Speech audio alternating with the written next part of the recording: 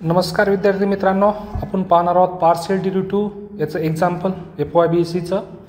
बघा, हा एक्झाम्पल आहे काय तुमच्याकडे की if u equal to x² plus y² z आणि z² x. आपल्याला काय करायचं आहे, then show that ∂u upon ∂x plus ∂u upon ∂y plus ∂u upon ∂z equal to x plus y plus z चा square. तर बघा, पहिला आपण व्हॅल्यू काढून घेऊया. काय, ∂u अपॉन ∂x व्हॅल्यू काढूया, ∂u अपॉन ∂y ची व्हॅल्यू काढूया, ∂u अपॉन ∂z ची. तर हे तुमच्याकडे ∂u upon ∂x y z काय राहतं, पार्शियल डेरिव्हेटिव्ह. आणि आपण मागच्या लेक्चरमध्ये पाहिलेलं आहे की पार्शियल डेरिव्हेटिव्ह काय राहतं. तर पहिला आपण गिवन बघा, तुमच्याकडे गिवन काय आहे की u equal to x² plus y² z plus z² x. ठीक आहे, तर आपण एक एक व्हॅल्यू काढूया. बघा, partial derivative with respect to x घेऊया पहिलं. काय तुमच्याकडं ∂u अपॉन ∂x. तर इथं ∂u अपॉन ∂x असेल तर बघा y तुमच्याकडं y अँड z कशाचं काम करतं, आर कॉन्स्टंट.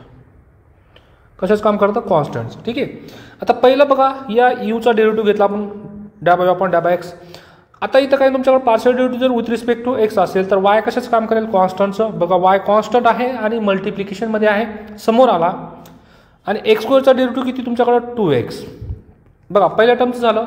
सेम बघा, आता दुसऱ्या टर्मचा आपल्याला डेरिव्हेटिव्ह घ्यायचा आहे. तर दुसऱ्या टर्ममध्ये तुम्हाला x दिसतो का, कुठं नाही. y पण कॉन्स्टंट आहे आणि z पण कॉन्स्टंट आहे. तर पूर्णपणे y z काय आहे तुमच्याकडे, कॉन्स्टंट. आणि कॉन्स्टंटचा डेरिव्हेटिव्ह किती येईल तुमच्याकडं, 0 प्लस. सेम आता इथं तिसऱ्या टर्ममध्ये या तुमच्याकडे partial derivative with respect to x असेल तर z कॉन्स्टंटचं काम करतो, z² बाहेर येईल आणि x चा डेरिव्हेटिव्ह किती, 1. तर टोटल किती येईल बघा, कॅल्क्युलेशनमध्ये आपण 2 फर्स्ट घेतो, हा 2, नंतर x y प्लस 0. आता काय तुमच्याकडे प्लस z². सिमिलरली आपल्याला काय काढायचं आहे, आता partial derivative with respect to y काढायचं आहे.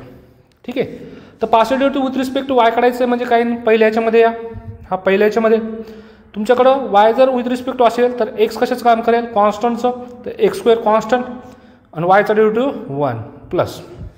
परत सेम इथं दुसऱ्या टर्ममध्ये या, तुमच्याकडे z कॉन्स्टंट आहे आणि y² चा डेरिव्हेटिव्ह किती तुमच्याकडं 2y प्लस. तिसऱ्या टर्ममध्ये बघा, z बी कॉन्स्टंट आहे, x पण कॉन्स्टंट आहे. टोटल कॉन्स्टंट टर्मचा डेरिव्हेटिव्ह किती आला, 0. तर इथं किती येईल तुमच्याकडे total answer, x² × 1 x² plus इथं 2 फर्स्ट घेतो आपण, 2yz. तिसरा आहे आपल्याकडे partial derivative with respect to y घ्यायचं, z घ्यायचं आपल्याला. तर z घेताना तुमच्याकडे इथं कोण, x आणि y कॉन्स्टंट राहील. तर काय येईल तुमच्याकडे बघा, कडा इथं x². बघा, या क्वेश्चनमध्ये x² y दोन्ही पण कॉन्स्टंट आलं, पूर्णपणे कॉन्स्टंट, सगळं टोटल कॉन्स्टंट. कॉन्स्टंटचा डेरिव्हेटिव्ह 0 प्लस. दुसऱ्या टर्ममध्ये बघा, y² z आहे तर y² कॉन्स्टंट आहे, बाहेर आला आणि z चा डेरिव्हेटिव्ह 1 प्लस. आता इथं परत सेम काय तुमच्याकडं, लास्ट टर्ममध्ये x कॉन्स्टंट आहे याच्यामध्ये, तर z² चा डेरिव्हेटिव्ह किती, 2z. तर किती येईल तुमच्याकडं, y² प्लस नंतर 2 पहिला घेतो x z. तर ह्या 3 टर्म्स आल्या आपल्याकडे. तर आपण काय करणार आता, LHS इक्वल टू काय तुमच्याकडे ∂u upon ∂x plus ∂u upon ∂y plus ∂u upon ∂z equal to. बघा, क्वेश्चन जे आपल्याकडे ∂u upon ∂x plus ∂u upon ∂y plus ∂u upon ∂z, या सगळ्यांची ॲडिशन किती दाखवायची आपल्याला, x plus y plus z². चला आपण व्हॅल्यू पुट करूया पहिलं. तर ∂u अपॉन ∂x ची व्हॅल्यू किती आलेली आपल्याकडं, 20. तर काय तुमच्याकडे 2xy प्लस z² प्लस. त्याच्यानंतर ∂u अपॉन ∂y ची व्हॅल्यू किती आलेली आपल्याकडं, हे तर किती, x² प्लस 2yz. त्याच्यानंतर तिसरा ∂u अपॉन ∂z ची व्हॅल्यू किती आलेली, y² प्लस 2xz. ठीक आहे, आता आपण यांची ॲडिशन करूया. किती येईल आपल्याकडं, पहिला आपण बघा x² सिस्टमॅटिक लिहूया प्लस y² हा पण गेला प्लस z² हा पण गेला. राहिलं कोण प्लस, आता बघा 2xy नंतर कोण राहिलं, हा गेला, आता हा 2yz आणि प्लस लास्टला किती, 2xz. आता आपल्याला फॉर्म्युला माहीत पाहिजे काय, बघा आपल्याकडे जर x प्लस y असेल तर याला कसं लिहू शकतो आपण, x² plus y² plus 2xy. ठीक आहे, सपोज आपल्याकडे 3 असेल x y z, त्याचा स्क्वेअर असेल तर याला कसं लिहू शकतो आपण, x² plus y square plus z square.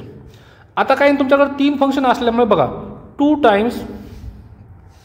Times पहिलं एक्स वाय, कारण इथे 2च फंक्शन होते म्हणून एकटी झालं. आता काही तुमच्याकडं 2 टाइम्स एक्स झेड, काही तुमच्याकडे एक्स वाय बरोबर आला एकदा, 2 टाइम्स एक्स झेड बरोबर आला आणि नंतर 2 टाइम्स वाय झेड बरोबर येईल, म्हणजे काय 2 टाइम्स वाय झेड. म्हणजे एवढ्या पूर्ण टर्म्सला आपण काय लिहू शकतो, x plus y plus z. आला का आपल्याकडं x square plus y square plus z square, 2 times x y, 2 times y z आणि 2 टाइम्स एक्स झेड. म्हणजे टोटली हा आला. याला पूर्णपणे आपण लिहू शकतो डॅबा यू अपॉन डॅबा एक्स प्लस डॅबा यू अपॉन डॅबा वाय प्लस डॅबा यू अपॉन डॅबा झेड इक्वल टू, या टोटलची व्हॅल्यू किती आली आपल्याकडं, एक्स प्लस वाय प्लस झेडचा स्क्वेअर. ठीक आहे, आणि दिस इज अ RHS. ठीक आहे, थँक्यू.